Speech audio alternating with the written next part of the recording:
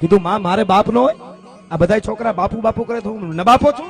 મને જવાબ દે, કાલ મને કોઈ પૂછે તારો બાપ કોણ તો મને જવાબ દે. રાજપૂતણીએ કીધું બેટા મંદિરમાં બેઠો નહીં તારો બાપ, કે માં ઈ તો આખી દુનિયાનો બાપ છે, ઈ તો દાદો સોમનાથ છે, તો શિવ છે, આખી દુનિયાના બાપની નહીં, હું મારા બાપની વાત કરું. તેથી રાજપૂતણીએ કીધું કે બેટા આખી દુનિયાના બાપને જેથી જરૂર પડી ને તેથી માથું દીધું તું આ બાજુ હમીરજી ગોહિલ બેઠો ઈ તારો બાપ છે ભલા માણસ. આખી દુનિયાના બાપને જેથી જરૂર પડી તેથી હમીરજી ગોહિલે માથું દીધું તું સાહેબ ઈ તારો બાપ છે એમ એને કીધું. અને કવિ દાદ જેવા ત્યાં આવ્યા છે સોમનાથની વંદના કરવા, એની પેલા એને પૂછવું પડ્યું અને એને કેવું પડ્યું કે હે બાપ હે અમીરજી મને જવાબ તો દે, તું અહીં ખોડાનો કેવી રીતે? કે આજ પૂછું તું પાલિયા દે તારા દલડા કેવી જીવા